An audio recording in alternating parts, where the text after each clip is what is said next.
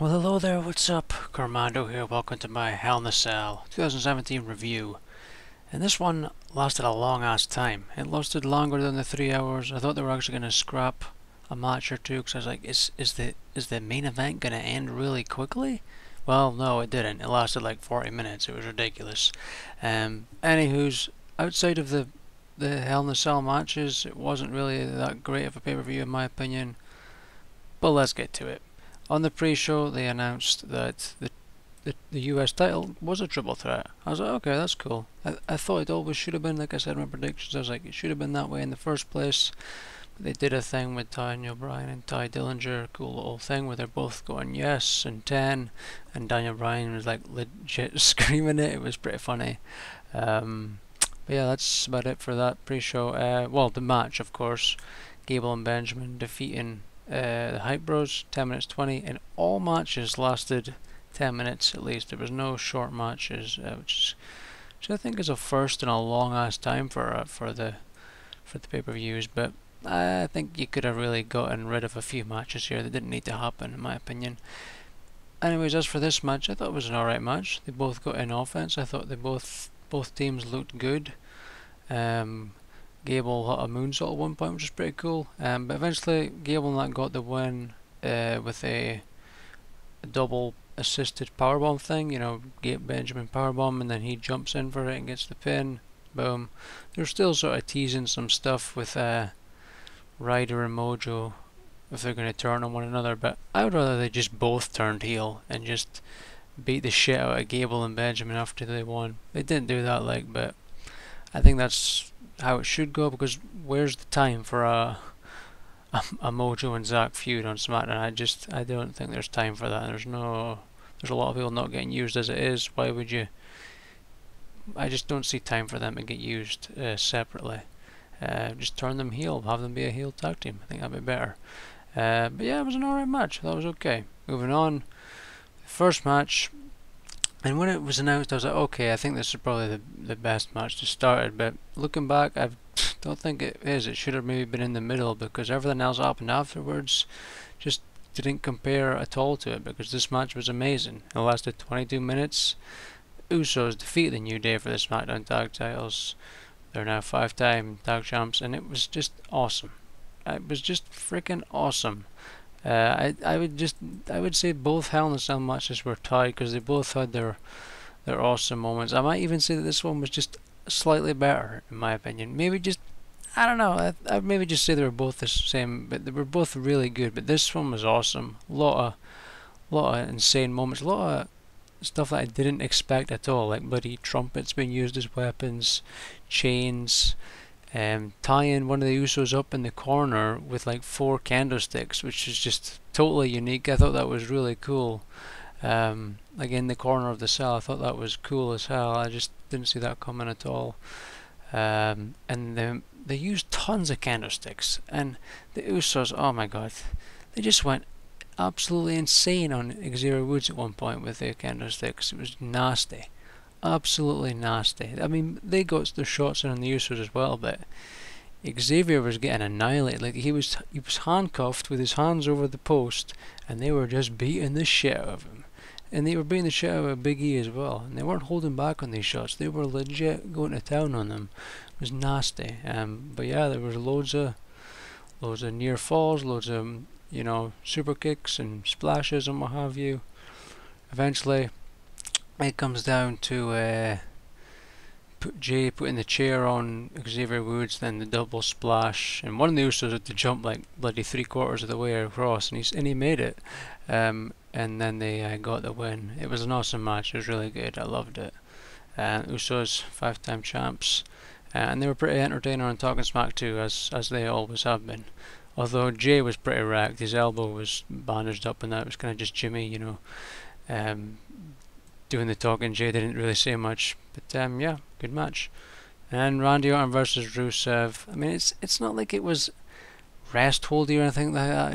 It just couldn't follow that. Nothing could follow that awesome match. I didn't like it. I was bored when it was happening. It just didn't interest me at all.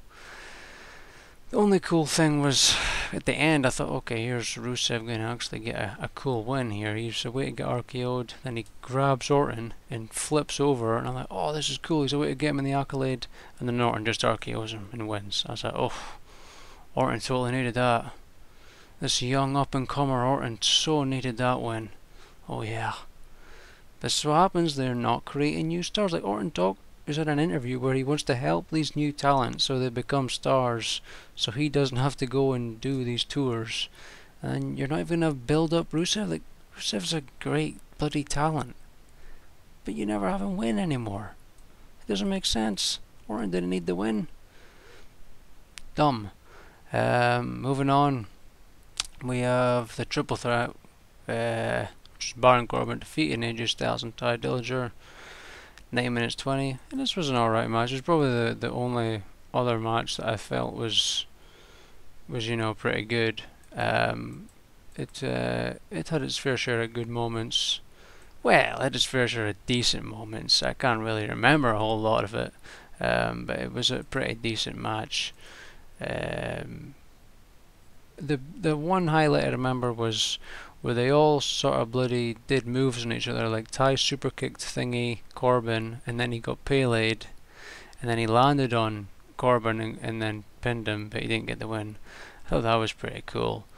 There was Corbin with his big choke slam backbreaker, which is just nasty on AJ. Eventually ended with Ty getting phenomenal forearmed, and then Corbin comes in and I mean booted the shit out of AJ Styles out of the ring. He went flying with a nasty landing, and he got the pin. I was really shocked by that, but I liked it. It was an okay match, it was decent enough. Then we move on. We have Charlotte versus Natalya. This was a pretty boring match. It was very, it wasn't restful. It was just Natalya working over the leg the entire time. It lasted 12 minutes 15. Well, technically Charlotte won by DQ, but yeah, Natalya works over the leg the entire time, and she couldn't beat her with the sharpshooter. But on SmackDown, a shitty 2-minute match, didn't work on the leg at all, and Charlotte taps out. Where's the logic in that? Like, she just went to town on her tonight working on the leg, and then she couldn't even tap out to that. It doesn't make sense. But anyways, Charlotte gets this big ass moonsault to the outside, and then Natalya ends up grabbing a steel chair out of nowhere and beats the crap out of Charlotte. And then, well, that's how it ended. I was like, oh, okay. I didn't know how they were going to go with it, but that's what they did. A lot of screwy finishes and what have you lately for heels, but I suppose that's how they do it, I guess. I mean, it could be done better, in my opinion. You don't have to always do that. I'm not against it, but they could do something else, Well, it happened. But yeah, she sort of just beats her up a little bit and then kicks her and then raises her hand, and away she went. Like I said, I didn't think it was that great a match. Moving on, there was the Fashion Files, which is pretty good, where the Ascension was dressed up in a disguise and said they wanted to be Thingy's friends, and then they took their disguises off and said they should be ashamed of themselves because they sort of insulted them a little bit. But then there was some briefcase thing and a light came out of it, and there's some new case or something, and it's going to be something about Pulp Fiction on the next one on SmackDown or something. I don't know. It was alright. It was just good to see them guys getting used, but I don't even know how the last thing got solved. I thought it didn't get solved, and I thought, oh, it's to be continued or something. I don't remember it being solved. Maybe it did. I just got a horrible memory. I don't know. But at least they're getting used. I wouldn't say that it's hilarious. I remember like the first one, I thought it was really funny, and there was a few others. It's still good, but it could be better. It's still good though. I'm not hating it because I like everyone involved, but I think it could be better. Anywho's, moving on. Shinsuke and Jinder, with Jinder winning 12 minutes 10, WWE title. Now I thought this one was better than their previous match, so I didn't really like the other one. I thought this one was a bit better, a bit more action. The Singh Bros got thingied out after some interferences, and then Nakamura at this point nails the Kinshasa. Looks like he's about to win, but Jinder gets his hand in the ropes. and he's gonna go for it again, but then Jinder gets out, and then he brings him back into the ring, and then he gets rammed into the turnbuckle or something. Like goes to the Kinshasa again. Jinder hits the Kalash and gets the win. So I don't know how they could continue this feud again for another pay-per-view. Are they just gonna, like they did with Orton, for like 14 bloody pay-per-views in a row? I don't know. It wasn't like it was a really dirty finish or whatever. It was clean-ish. It wasn't truly, you know, a whole lot of heelishness, but I don't know. It was better than the previous match, so I'll say that. After this, there was some Kevin Owens promo. It was pretty good.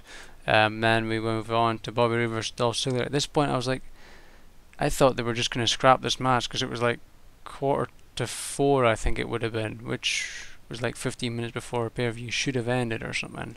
I was like, well, or maybe that's when the Kevin Owens and that thing started. I can't remember. I was a bit behind as it was, so I was just sort of trying to go by the time on Sky. But yeah, it lasted 11 minutes 35. I don't have anything to really say about this match. It was like Ziggler, he does this thing where he's like, oh, he's the greatest wrestler ever, and we very rarely see a great match from him. And I've yet to see a great match from Bobby Roode in WWE, NXT as well. He was great in TNA, you know, he had a lot of great matches there, but I've yet to see it here. He's had alright matches, but not great matches. And Ziggler, when was his last great match? Against The Miz? Some of his Miz shit last year? I don't know. But yeah, this wasn't that great. The only cool thing was, I think he hit a spinning rock bottom, Bobby Roode. But yeah, eventually they just sort of ended up bloody pinning each other a heap of times, and then Roode had a handful of tights and got the win. And then after Roode got hit with a zigzag, and that was it. Didn't like the match. Now moving on, the final match lasted 39 minutes. It was good though, so I can't complain. I was interested the entire time. It was Kevin Owens defeating Shane McMahon, and a rather surprising and shocking ending. It started off a little slowish, and Shane, with his terrible punches, he still has somehow forgotten how to throw a wrestling punch. After all this time, he's been back a while now. He still can't throw one. He used to be able to years ago. He can't now. He tries to do these real punches, but they just look like shit. Well, apart from the times that they do actually hit, but they just look shit most of the time. He went for his shooting star press, but missed. But yeah, it was good. I really liked it. His coast to coast thing with the bloody thingamabobber, the trash can. He bolt cuttered open the door, and they were out there, and they were doing some shit out there. And bloody Owens was gonna jump off the top of the cell onto Shane, but he got like scared and shit, and then Shane came up and they fought up on top of the cell, and they did so many moves, and it was just, you just get scared because you worry that the thing's gonna break, and how it didn't, I don't know. There must be some serious reinforcement on that mesh stuff to stop it from breaking, and they did it on the same bloody one most of the time. It was the same like section, and I was like, this thing's taking a fair beating here. I would hate for that to snap, because it could just be an absolute disaster. But yeah, they fought like that for a while, and they both eventually came down. The crowd was booing, but then I think Shane headbutted Owens or something, and then he went flying through the table, so that was pretty cool. I think that's how it happened anyway. And then Shane's down there, and he's gonna what was he gonna do? He was gonna pin him, but then he was like, no, and he puts him on the table, and he's away up top again to jump again. And then this just shocked the hell out of me. I didn't see this coming at all. It was bloody Sami Zayn pulls Kevin Owens out of the way as Shane's doing the elbow, and Shane gets wrecked. And then a bunch of morbidly obese doctors and paramedics, you know, these people that are supposed to be all about health and that have you. One guy's there, looks like he's on the verge of a fucking heart attack, at any moment. Yeah, that makes total sense, having a medic looking like that. But anyways, Shane gets wrecked through the table, and they're lying there, their way to bandage him up or whatever and take him away. And then Sammy's looking all, like, what the hell have I just done? And then he bloody grabs Owens and chucks him on top of Shane, and then forces the ref to do the count, and then Kevin Owens got the win. Really surprised the hell out of me, and I liked it. I liked Sami Zayn turning heel. I think that's a good move. Maybe he'll actually finally start getting used now on SmackDown. And Owens Zayn pairing up together, this has potential to be really good. I'm really interested to see where they're going to go with it. It's a nice shocker, something different. I'm really, really intrigued where they're going to go with that. And also, AJ Styles said he wanted to team up with Shane to take on Owens and Sami Zayn on Talking Smack. He said he would like to team up with him for Sami being a dick, pretty much. He didn't say that word, obviously, but that's pretty much what he meant. So maybe that could happen at Survivor Series, AJ and Shane versus Sami Zayn and Kevin Owens. I think that could be a good match. But yeah, there's my review for Hell in a Cell. I did go a little bit longer this time. I didn't really, plow through it like last time. But yeah, I thought outside of the Hell in a Cell matches, wasn't that great of a show. But the Hell in a Cell matches were very good. I would have easily cut out a lot of the matches. Just didn't need to happen, like Rude, Orton. They didn't need to happen at all, in my opinion. Those matches were pretty poor. But yeah, there you have it. That's the review. Hope you enjoyed. And I'll see you on the next one. Bye.